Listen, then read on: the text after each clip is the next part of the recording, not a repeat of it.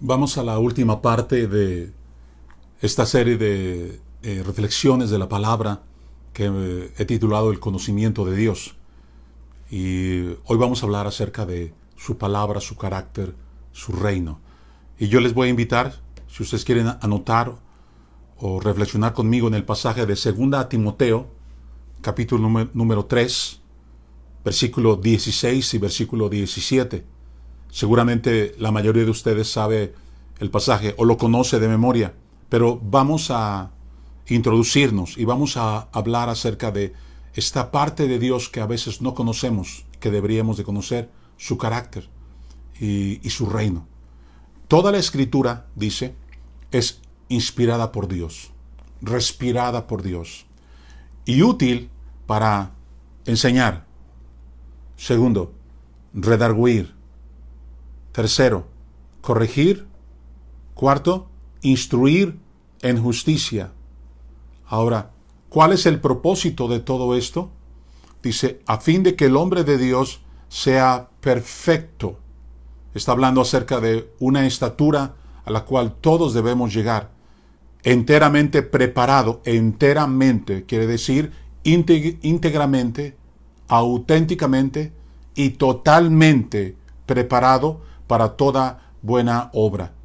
Ahora, aquí no está hablando acerca de las buenas obras que yo puedo hacer, sino está hablando acerca de la buena voluntad de Dios. Hay cosas que para mí son buenas, pero no así para Dios.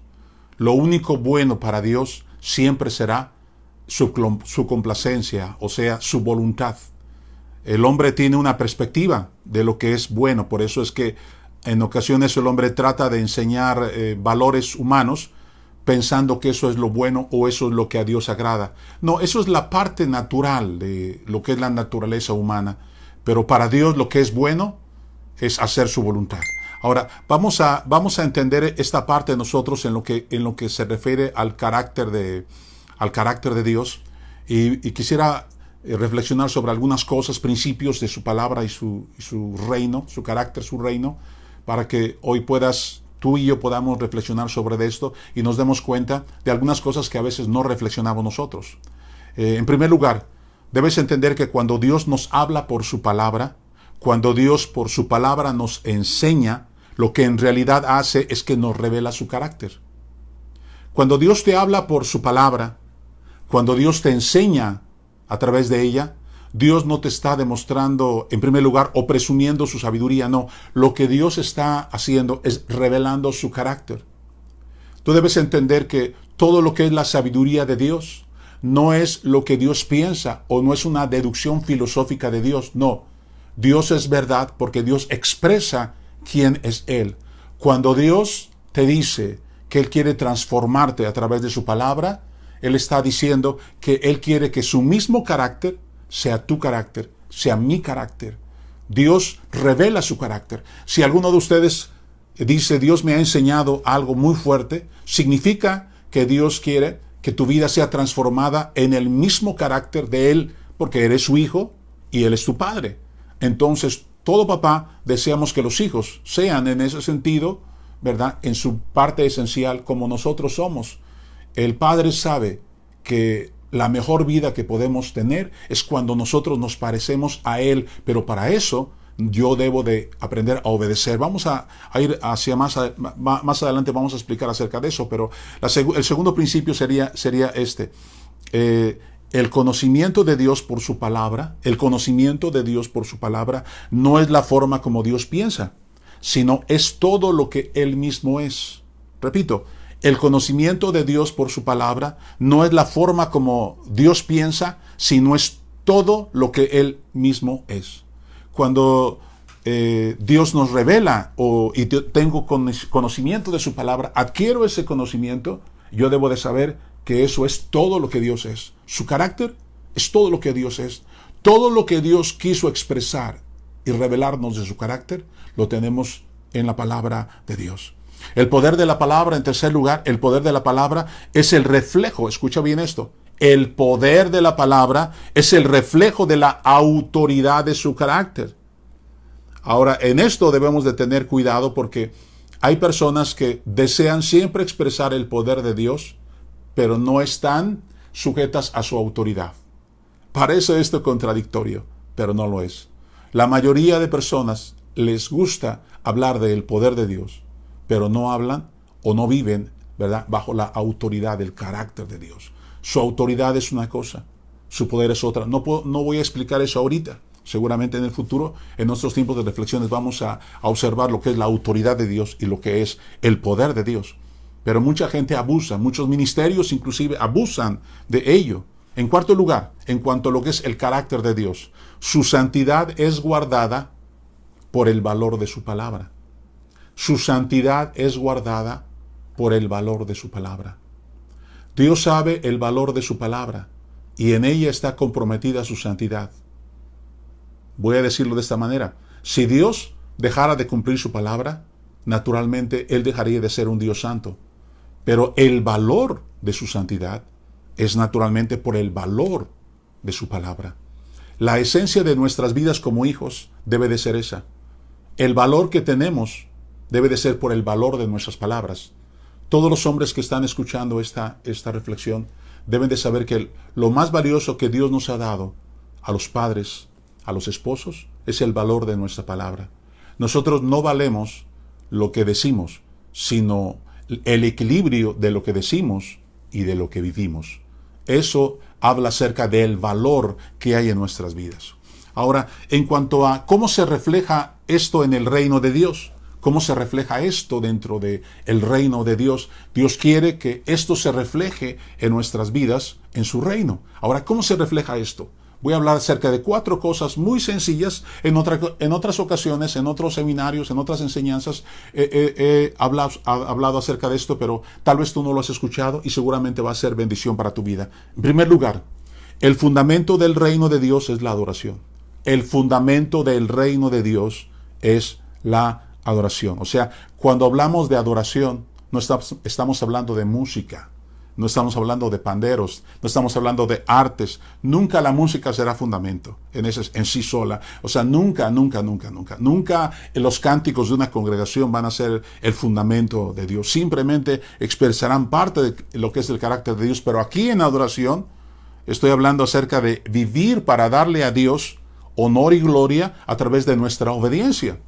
Cuando estamos hablando acerca de que el fundamento del reino de Dios es la adoración, es porque es nuestra vida disciplinada que vive para obedecer a Dios. Por eso es que es tan auténtica nuestra adoración como tan auténtica nuestra vida nuestra vida de obediencia. Tú no puedes tener un fundamento en tu vida verdadero en cuanto a lo que es la adoración si tú no has aprendido y si no hemos aprendido a vivir una vida de obediencia.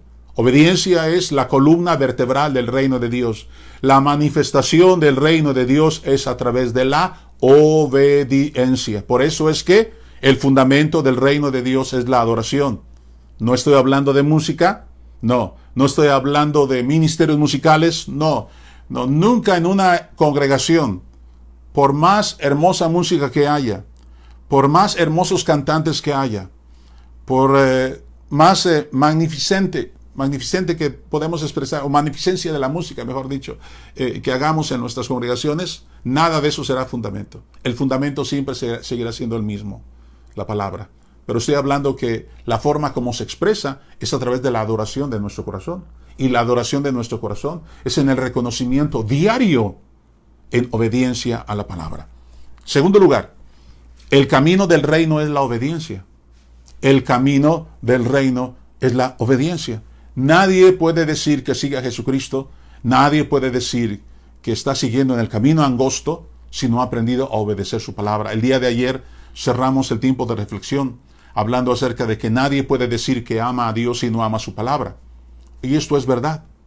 Vivimos en un tiempo en donde la iglesia de Dios no conoce la palabra, no conoce la palabra de Dios.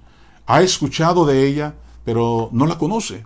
Vive siempre pensando que alguien debe de enseñarle y él mismo no ha aprendido a ser una persona que aprende a nutrirse y recibir de Dios la palabra. La obediencia es el oír inteligentemente, es escuchar por causa de un compromiso de voluntad de su autoridad. Eso quiere decir que es un compromiso mío con su autoridad. Cuando una persona es obediente a Dios, tiene un compromiso con la autoridad de Dios. Cuando nosotros somos personas obedientes, es porque hemos adquirido un compromiso con la autoridad de Dios. En tercer lugar, es hacer del consejo su acción.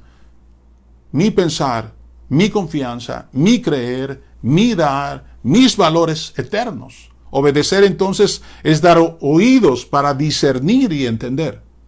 Obediencia, podría hablarte yo por horas sobre lo que significa obediencia, porque parece que nosotros lo entendemos, pero realmente el cristiano no ha entendido lo que significa obediencia. No lo ha entendido porque no tiene un compromiso con la autoridad de Dios. Quien no tiene un compromiso con la autoridad de Dios nunca va a aprender obediencia. Yo debo de adquirir y tener día con día un compromiso con la autoridad de Dios. Bien, dijimos entonces en primer lugar que el fundamento del reino de Dios es la adoración. En segundo lugar, el camino del reino es la obediencia. En tercer lugar, el propósito del reino es el servicio. El propósito del reino es el servicio. Hace unos días, dentro de la reunión general en CC Reynosa, estaba hablando acerca de las 3 cosas que todo cambio, todo ciclo en la vida y en la humanidad, Dios siempre permite para que el hombre llegue a 3 cosas. Primero, a arrepentimiento. Para que ese arrepentimiento lo lleve a una vida de verdadera adoración. Y esa vida de verdadera adoración nos llevará a una vida de un auténtico servicio. Mucha gente quiere servir a Dios sin arrepentimiento y en segundo lugar sin ser un verdadero adorador. No, eso se llama servilismo. Un verdadero servidor pasa por el proceso de Dios. El evangelio del reino de Dios comienza teniendo oídos con la voz del arrepentimiento. El arrepentimiento es una voz continua y cuando Dios permite situaciones en un país, en una ciudad, como ahorita en el mundo, lo que Dios está hablando a su iglesia es, hey, es tiempo de arrepentimiento. Dios siempre permite estos tiempos y siempre producirá en el corazón del hombre esa contrición de una búsqueda personal para que el hombre se arrepienta y examine sus caminos, para que el hombre realmente dirija sus pensamientos a Dios y en tercer lugar, para que realmente el hombre tenga un compromiso en servir al Señor. Entonces, el propósito del reino es el servicio. Entonces, el servir debo de considerarlo como la más alta distinción. Nunca buscaremos de otra forma el servirle. Es por causa de Él que le servimos, no es por causa de un ministerio, no es por causa del crecimiento de mi congregación, no, es por causa de Él. Nosotros le servimos a Él. Tú podrás servir a la gente, tú y yo podremos servir a las congregaciones, podemos predicar, pero no servimos realmente a las congregaciones, le servimos a Dios. Nosotros somos servidores de Dios, nosotros somos esclavos de Jesucristo. En cuarto lugar, el elemento del reino es la comunión. Déjame leer por favor el libro de Lucas capítulo 22 versículo 15. Lucas 22, 15 dice: y les dijo, esta palabra siempre me fascina cómo Jesús la expresa, porque nunca había Jesucristo expresado lo que en este momento expresa con sus discípulos estando en la mesa. ¿Cuánto he deseado comer con ustedes esta Pascua antes que padezca? Dices, ¿pero cómo? Pero si hubo momentos en tu vida, Jesús, maravillosos. Por ejemplo, que el momento más maravilloso no fue cuando Lázaro resucitó.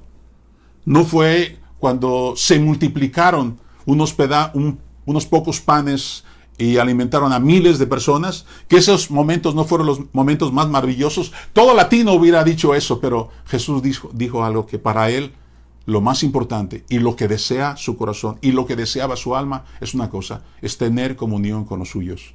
El elemento del reino es la comunión. El pan para el hombre es tiempo de provisión, pero para Dios es tiempo de comunión. Escucha bien esto.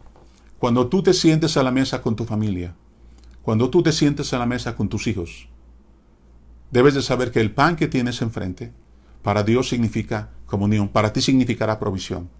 Nosotros le pedimos a Dios provisión, pero Dios nos provee no para satisfacer nuestra necesidad. Dios nos provee para que recordemos que debemos tener comunión con Él. La mesa para Dios significa comunión. Cada mesa de cada familia, de cada siervo de Dios, en su hogar, debería de ser el mejor lugar donde se adora a Dios. En sí, el tiempo de comunión, cuando partimos el pan y el vino, es la reunión perfecta, es la reunión más importante, es la perfecta forma de adorar a Dios. Allí surge el conocimiento de Dios. En ese lugar se pueden producir los milagros y las manifestaciones. Los ángeles pueden hacerse presentes en ese momento, porque en ese momento ningún demonio se aparece alrededor de la mesa, porque es el momento en donde nosotros públicamente y espiritualmente declaramos que es el momento donde Cristo Jesús, habiendo quebrantado su cuerpo y derramado su sangre por nosotros, derrotó a la muerte, y entonces nosotros tenemos vida y vida en abundancia. Es un constante repetir. El momento de comunión no es exclusivo para las congregaciones locales. Cada familia cristiana, cada creyente debería de celebrar este tiempo de comunión. Yo te invito, papá, mamá, si tú eres un hombre que vive solo con tus hijos, si tú eres una mujer que vive sola con tus hijos, si vive papá y mamá con sus hijos, hagan que su mesa se convierta en el lugar donde tengan comunión con Dios. Esta comunión con Dios la pueden celebrar todos los días en su mesa. Pueden compartir un poco de jugo de uva, pueden compartir un pedazo de pan. En el mismo momento donde se está comiendo, es un momento donde se puede disfrutar y decir, gracias Señor, porque este momento del pan no es un momento de la satisfacción de la carne, no, es un momento en donde podemos recordar cuán grande es tu amor por nosotros. El elemento del reino es la comunión. Y en quinto lugar, el espíritu del reino es la intimidad. El espíritu del reino es la intimidad. Juan 17:3, termino con este pasaje. Y esta es la vida eterna, que te conozcan a ti, el único Dios verdadero, y a Jesucristo, a quien has enviado. La intimidad habla de adquirir una imagen. Cuando estás a solas con alguien y cuando tú quieres solamente platicar con alguien y cuando tu tiempo se trata de platicar con alguien, tarde que temprano te vas a parecer a ese alguien. La intimidad te hace adquirir la imagen de Cristo en tu corazón. Por eso Jesucristo le dijo al Padre, esta es la vida eterna, que te conozcan a ti, el único Dios verdadero, y a Jesucristo, a quien has enviado. ¿Conocemos a Dios? ¿Realmente le conocemos? ¿Cuánto hace falta que la iglesia pueda conocer realmente al Dios que cree, que dice creer, y al Dios que predica? Nos hace falta conocerlo. Vamos a darle gracias a Dios. Gracias te doy, Padre, por este tiempo de estas 5 enseñanzas. Te doy gracias por la oportunidad de poder llevar tu palabra al corazón de mucha gente. Yo bendigo todos los lugares donde nos escriben. Gracias te doy por todos los países en Sudamérica, Estados Unidos, México, donde tu palabra llega y donde los corazones, Dios mío, son ministrados. Recibe, Señor, toda gloria y toda honra, porque nadie más la merece recibir. En el nombre de Cristo Jesús. Amén. El Señor les bendiga a todos. Un gusto siempre poder compartir con ustedes el mensaje de la palabra de Dios. Gracias.